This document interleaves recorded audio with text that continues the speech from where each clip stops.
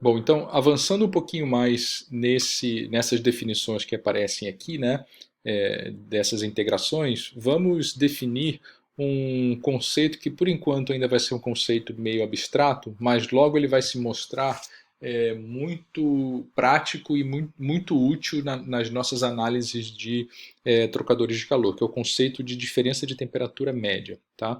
Então, aquela equação fundamental, né, seja na forma de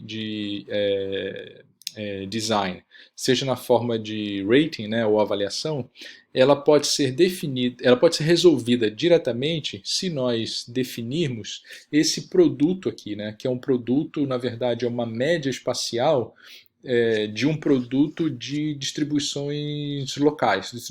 Distribuições locais de quem? De U, né, e de ΔT. Né? Como U e ΔT variam ao longo do trocador de calor, né, eu posso tomar uma média que significa realizar essa integral aqui na área. Tá? Eu vou tomar integral na área de troca, né, ao longo da área de troca, de U ΔT. Certo? Tá? Então, essa definição aqui de média, né, ela pode ser, portanto, substituída na equação. Né? Se eu defino essa chave aqui de U ΔT como sendo a integral de U ΔT dA sobre A, né, ao substituir, por exemplo, isso aqui, né, ou essa definição nessa equação de K, ó, tá? O que ela vai virar vai ser QT é igual a área asterisco, né, vezes aquela média espacial, certo? Tá? Eu simplesmente transferi o problema um pouquinho mais para frente, certo? Tá? Então eu tenho a área vezes essa média espacial. E agora eu vou avaliar essa média espacial. Tá?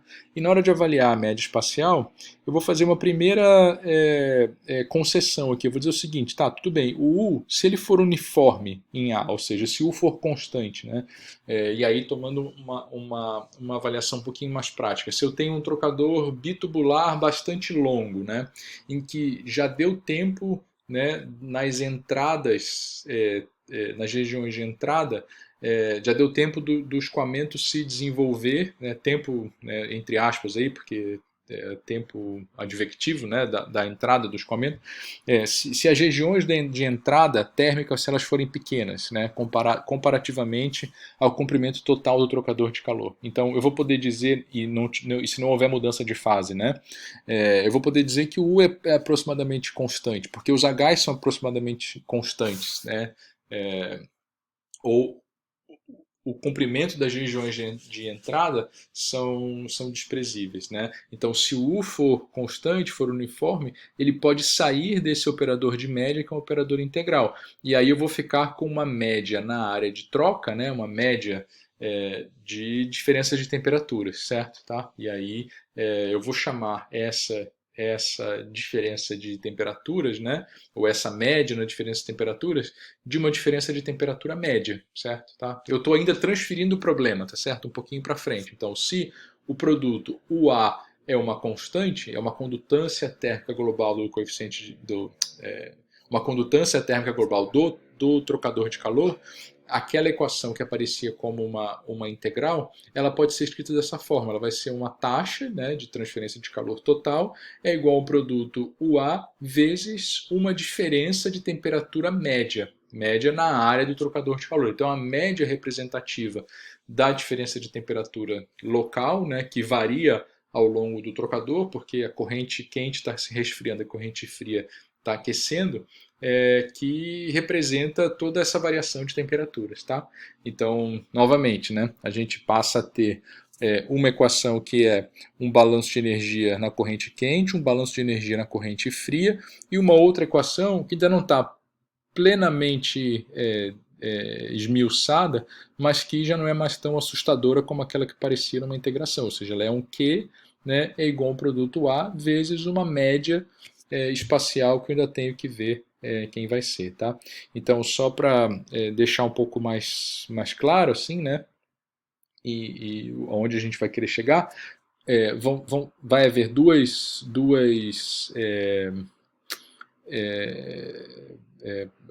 geometrias de trocador de calor em contracorrente, né, e trocador de calor de correntes paralelas, em que essa diferença de temperatura média ela vai ser uma diferença de temperatura bem especial, que a gente vai conseguir calcular bem facilmente. Tá?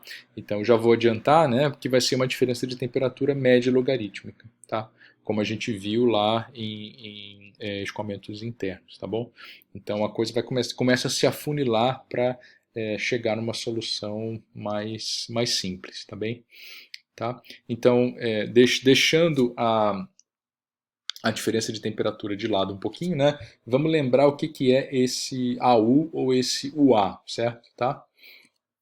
Então, o A, né, é uma condutância térmica global, que é o inverso de uma resistência térmica total. Né?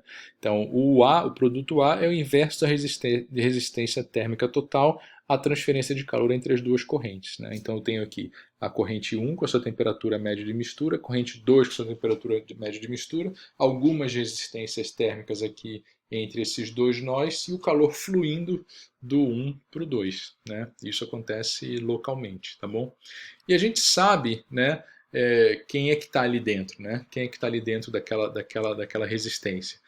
Ali a gente tem, como foi falado anteriormente, resistência de convecção numa corrente, resistência de convecção na outra corrente e resistência de condução. Tá? Então, em trocadores de calor, as seguintes condições são comuns. Geralmente a gente tem uma parede que separa as duas correntes feitas de um único material, geralmente um material metálico, né? Então os tubos muitas vezes são de cobre, ou de alumínio, ou de aço, né? Então são metais com propriedades bem conhecidas. E de vez em quando nós temos superfícies aletadas, que podem ser aletadas em uma corrente, não na outra, né? Como num radiador, por exemplo, eu tenho aletas do lado do ar e não tenho aletas do lado interno, né? Ou em algumas situações não ter aletas, ou em algumas situações ter aletas de ambos os lados, tá bom? Mas eu tenho uma terceira possibilidade de resistência térmica que não foi falada até o momento, que é essa daqui, a formação de uma camada de impureza, né? De sujeira, de incrustação entre as duas correntes, né? Ou melhor, entre uma corrente e a parede e a outra corrente e a sua respectiva parede. Tá? E essa resistência térmica devida à sujeira, né, ela tem uma natureza bastante diversificada, porque depende do tipo de fluido e do tipo de parede, né, que eu tenho ali. Eu posso ter uma incrustação biológica, por exemplo, né, eu posso ter uma água pesada e formação de carbonato de cálcio junto à parede, né, por exemplo, ou eu posso ter um processo industrial que envolva um óleo pesado e dependendo das condições ocorra precipitação de ceras, de parafinas, né, de componentes mais pesados, enfim. E isso, além de tudo, varia no tempo, né? Varia no tempo, então é uma coisa um pouquinho complexa, tá?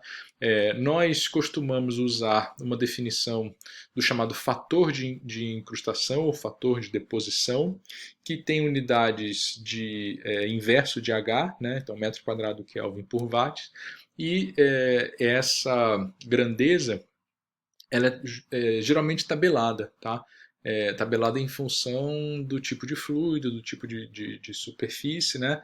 E aí tem pesquisadores que dedicaram suas vidas ao estudo da determinação desses fatores de incrustação para diversos fluidos, né? Diversas situações. Tá? Aqui no nosso caso, a gente vai usar isso como um dado de tabela. E a tabela 11.1 do capítulo, né, de trocadores do Encropeira, ele mostra alguns exemplos. Tá? E para nós vai ser simplesmente um dado de tabela, mas que tem que ser usado com frequência, porque senão, dependendo da situação, o erro pode ser muito grande. Tá? A penalização pode ser muito grande, principalmente quando os Hs envolvidos são muito altos. Tá? Então tem que se usar esse fator quando é necessário. Tá bom? Então vamos ver aqui, ó, uma situação mais geral possível, tá? Esse meu desenho aqui é antigo, poderia ser um pouquinho mais bonitinho, mas ele dá para o gasto. Eu tenho aqui uma parede, para todos os efeitos eu coloquei aqui uma parede plana de espessura T, que separa duas correntes, uma corrente quente e uma corrente fria, tá? Vou estar chamando de I interno e O externo, mas para todos os efeitos aqui como as setinhas estão com cores ali, né, de quente e frio, eu vou usar só a nomenclatura, tá? Falada aqui, chamar de quente e frio. Mas enfim, eu tenho características da aleta, né? Por exemplo, espessura da aleta, comprimento da aleta, e temperaturas de parede aqui, que correspondem às temperaturas de base da aleta, né? E as áreas, tá?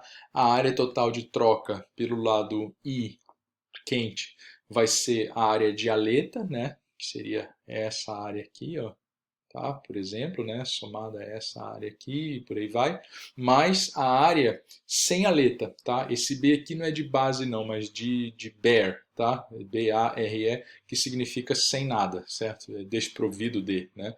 Então é a área desprovida de aleta, seria correspondente a essa areazinha que eu estou mostrando aqui, tá bom? Então eu tenho pelo lado quente, né? E pelo lado frio também, tá? Só para generalizar, ter aletas dos dois lados, tá bem?